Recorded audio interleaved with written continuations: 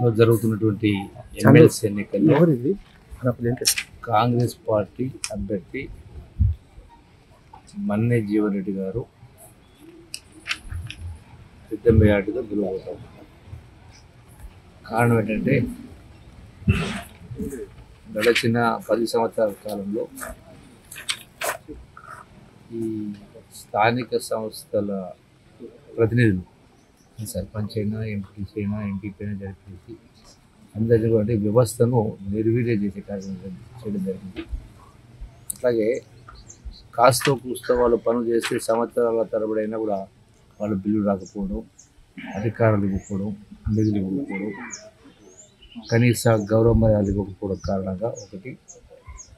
రెండవది 10 సంవత్సరాల అవినీతి, దుర్మార్గపు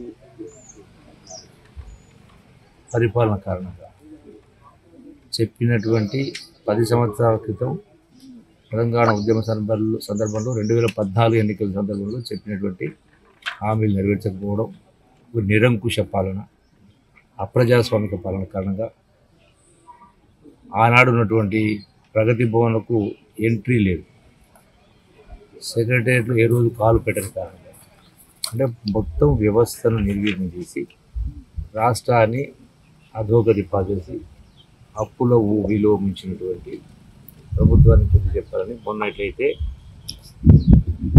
జరిగిన శాసనసభ ఎన్నికలు ప్రజలు గొప్ప తీర్పు చూడడం జరిగిందో, అదేవిధంగా ఈ ఎన్నికల్లో కూడా పాలమూరు జిల్లాకు సంబంధించినటువంటి పాలమూరు బిడ్డ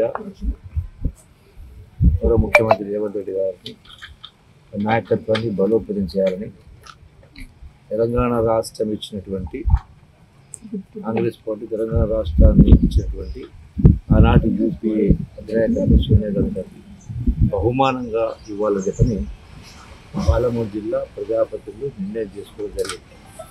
దానికి అనుగుణంగానే పెద్ద మేరకు గెలవబోతున్నారు.